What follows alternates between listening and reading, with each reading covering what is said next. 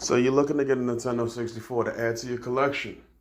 Question is how easy is it to find the games, how the controller's holding up? Well, I'm going to look into it right now. First thing is the games. One of the main things I would say to look out for the games when it comes to the 64 is that you have repo cards, reproduction cards.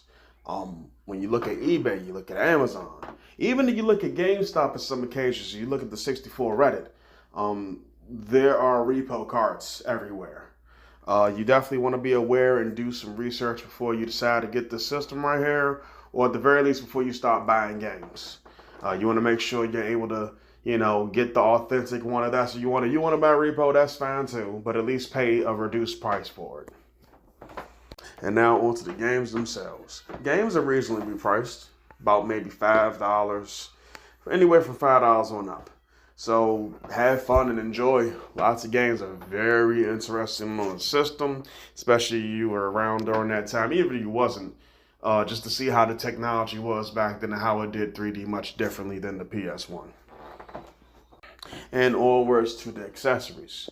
Now, the first thing you're going to need, well, one is the controller. Probably will come with it. But either way, you might want to have an extra controller because the problem is with the controller, the analog, either it's too tight or it's too loose. And if it's just right for you, it will eventually possibly wear out. I would say definitely get a backup one.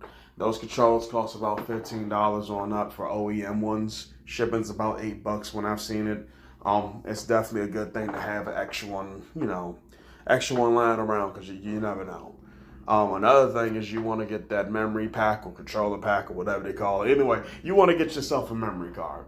Memory cards, I believe, still also range like $10 to $15. They're more expensive than the PS1s, but still, you want to get that because, although they have save files kind of on the cartridge itself, there are certain games that, will eat up your memory pretty quickly. So you definitely want to make sure you at least have two of those. So the rating I'm going to give the 64 in terms of how easy it is to get into, I would probably say about a 6 to 7.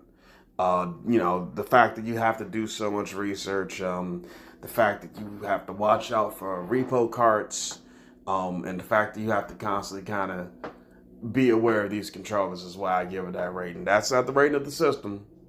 All right, and that's just a little short introduction to the 64. Go ahead and have fun. Enjoy yourself. It's a great system.